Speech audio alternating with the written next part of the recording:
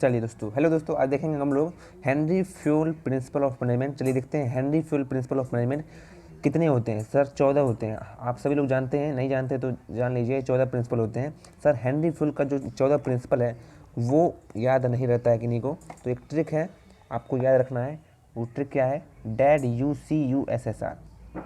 क्या ट्रिक है sir? Dad UCUSSR, DAD, dad UCUSSR, इतना करना है। और उसके बाद थोड़ा सा और है, एक लाइन और है, उसको देख लीजिएगा। ठीक है, क्या है सर? वो लाइन है ओ, बेटा कहता है OIC, इतना लाइन है सर, इतना लाइन है, इतना लाइन है। क्या है सर? हेनरी फ्यूल का 14 प्रिंसिपल है। 14 प्रिंसिपल इसके अंदर आ जाता है। डैड UCUSSR, डैड UCUSSR इसके अंदर आ जाता है 14 प्रिंसिपल। सर कैसे आता है? तो देखिए, फटाफट देखिए। डी से division of work, principle of division of work. A से प्रिंसिपल ऑफ ऑथोरिटी। डी से प्रिंसिपल ऑफ डिसिप्लिन। यू से principle of unity of command. C से principle of centralisation and decentralisation. U से principle of unity of direction. S से principle of subordinate, principle of subordinate of Indian individual interest to general interest. S से principle of stability of tenure of personal. R से principle of रिन्यूरेशन। ओ से principle of order. आई से principle of इनिटेटिव। S से principle of, और बोल दे S से scalar chain. ई से principle of equity. ई से principle of spirit D corp. Sir 14 के 14 प्रिंसिपल आ गए। आइए देखते हैं 14 के 14 प्रिंसिपल आ गए कैसे। सर यहाँ 1 है, ये 2 है, 3 है, 4 है, 5 है। कौन कौन है सर? ठीक है, ये है 6 हमारा, ये हमारा 6 है, अरे यार ना 6 है, ये 7 है, ये 8 है, ये 9 है, ये ठीक है, ये 10 है, ये 11 है, ये 12 है, ये 13 है और ये 14 है। सर 14 का 14 प्रिंसिपल डैड UCUSSR से ही ख़त्म हो गया।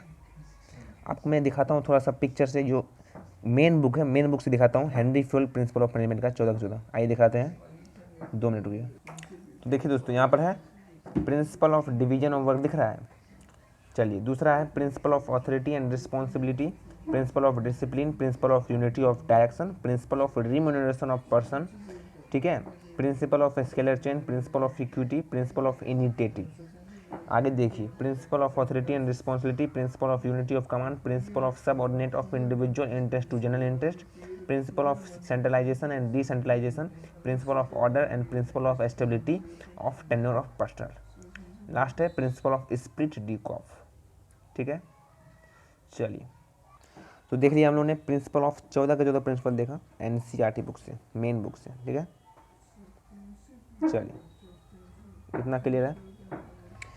आइए सबको समझते हैं 14 का 14 प्रिंसिपल क्या कहता है। पहला प्रिंसिपल है principle of division of work.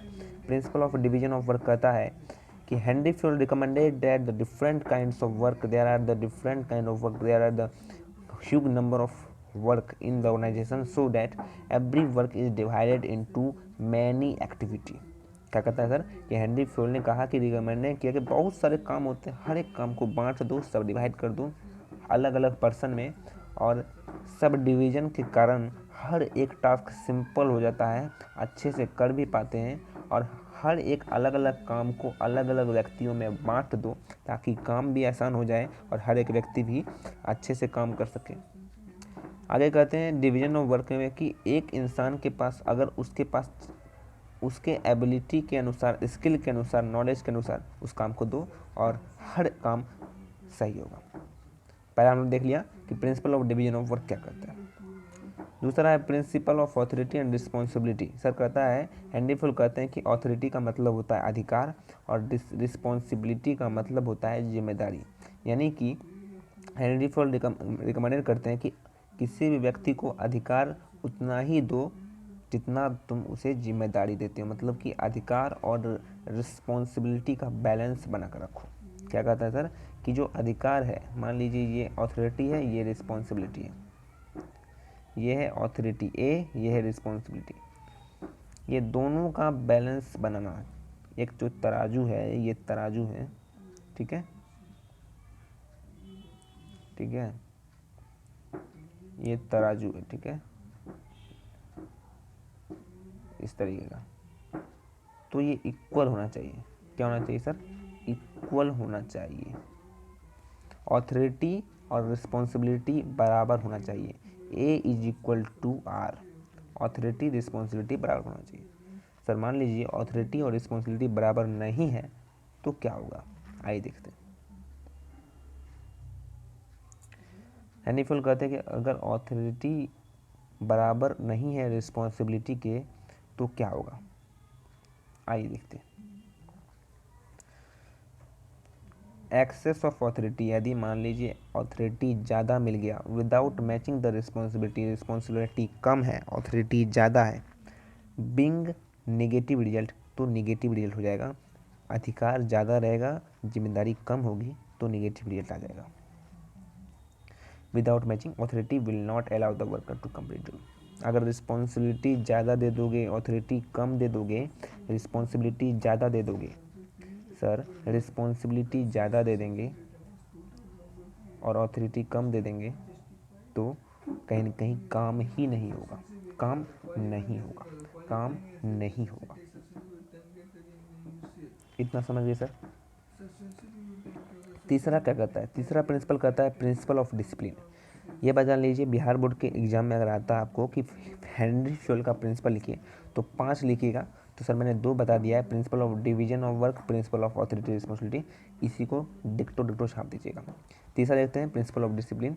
Principle of discipline कहता है कि हेनरी फ्योल कहते हैं कि चाहे सुपीरियर हो चाहे सबऑर्डिनेट, मतलब बड़ा पद का हो चाहे छोटा पद का हो, अपने अपने हद में रहो, डिसिप्लिन में रहो, ताकि सिस्टमेटिक वर्क हो सके और ऑर्गेनाइजेशन अच्छा चल सके। कहता है principle of division of work में कहते हैं यहाँ पर कि principal of division of work में कहते हैं, क्या कहते हैं, कहा जाता है यहाँ पर principle of division of work में discipline refers to general rules and regulation systematic working in organisation should insist that discipline is required that as well as superior as well as subordinate, superior और subordinate दोनों में होना चाहिए, बड़ा हो चाहे छोटा हो, हद में रहो, सबको सबको डिसिप्लिन में होना चाहिए। सर प्रिंसिपल ऑफ डिसिप्लिन कहता है कि प्रिंसिपल ऑफ डिसिप्लिन यही कहता है कि सुपीरियर हो चाहे सबऑर्डिनेट दोनों में हम लोगों को क्या होना चाहिए, डिसिप्लिन होना चाहिए ताकि कोई भी काम हो सके। Discipline shall not be applicable only on subordinate but also discipline required good superior at every level, हर एक लेवल होना चाहिए बिटवीन सुपीरियर एंड सबऑर्डिनेट। तो इतना से समझिए कि जो प्रिंसिपल ऑफ डिसिप्लिन होता क्या है। आगे बढ़ते हैं। Principal of unity of direction क्या कहता है? Principle of unity of direction कहता है कि हेनरी फुल कहते हैं कि चाहे एम्प्लॉय हो चाहे सुपीरियर हो चाहे सबऑर्डिनेट हो, वेदर मीन्स क्या है कि चाहे ऑर्गेनाइजेशन में कोई भी हो, हर एक इंसान एक गोल पर काम करे, जिसको हेनरी फ्योल ने क्या नाम दिया है, क्या नाम दिया है, 1 unit means 1 plan. Principal of unity of direction कहता है कि एक यूनिटी पर काम करो, एक प्लान पर काम करो, हर एक एम्प्लॉय, और उसे अचीव करो, एंड तब जाकर दूसरा प्लान बनाओ और उसे अचीव करो। अलग अलग इफोर्ट मत लगाओ, एक ही हर एक एम्प्लॉय एक ही काम में जब इफोर्ट लगाएंगे तो कहीं ना कहीं सफलता मिलेगी। हेनरी फुल करना चाहते हैं। आइए इसको रीडिंग करते हैं। देखिए ये थोड़ा सा अंडरलाइन कर देते हैं, इसको लिख लीजिएगा, ये लिखना बहुत ज़्यादा जरूरी एग्जाम है। चलिए, that is the effort of all the member and employee of organization must be directed toward the one direction, that is the achievement of common goal, and this principle lead coordination में रखेगा। तो मैंने आपको बता दिया, वही समझिए कि चाहे कोई भी ऑर्गेनाइजेशन में मेंबर हो, चाहे कोई भी एम्प्लॉय हो, चाहे कोई भी सुपीरियर हो, चाहे कोई भी सबऑर्डिनेट हो, 1 यूनिट मीन्स 1 प्लान पर अगर वो काम करता है तो सफलता मिलेगी। हर एक एम्प्लॉय एक ही काम में एफर्ट लगा देंगे। एक एम्प्लॉय है, सॉरी एक काम है और हज़ारों हज़ार एम्प्लॉय हैं, अगर वो एक काम में सर इफोर्ट लगा देंगे तो कहीं ना कहीं सक्सेस जो है वो मिलेगी। यही कहते हैं हेनरी फ्योल साहब। चलिए नेक्स्ट आगे बढ़ते हैं। ये हो गया हमारा 5वां पॉइंट। तो सर पहला हमने देखा division of work, authority and responsibility देख लिया, डायरेक्शन देख लिया, डिसिप्लिन देख लिया, एंड साथ ही साथ हम लोगों ने ये देखा 5वां पॉइंट कि principal of authority and responsibility, principle of division of work. तो हम लोगों ने इतना 4-5 पॉइंट देख लिया। समझिए, ठीक। और हम लोगों ने 14 का 14 प्रिंसिपल भी याद कर लिया डैड UCUSSR से। तो आज के लिए इतना ही। नेक्स्ट वीडियो में हम लोग देखेंगे साइंटिफिक मैनेजमेंट किसको कहते हैं, उसका मीनिंग अच्छे से समझेंगे। आज के लिए इतना, मिलते हैं इसके नेक्स्ट वीडियो में। अगर सब्सक्राइब नहीं की तो फटाफट चैनल को सब्सक्राइब कर लीजिएगा। आज के लिए इतना ही, बाय बाय, जय हिंद, जय भारत।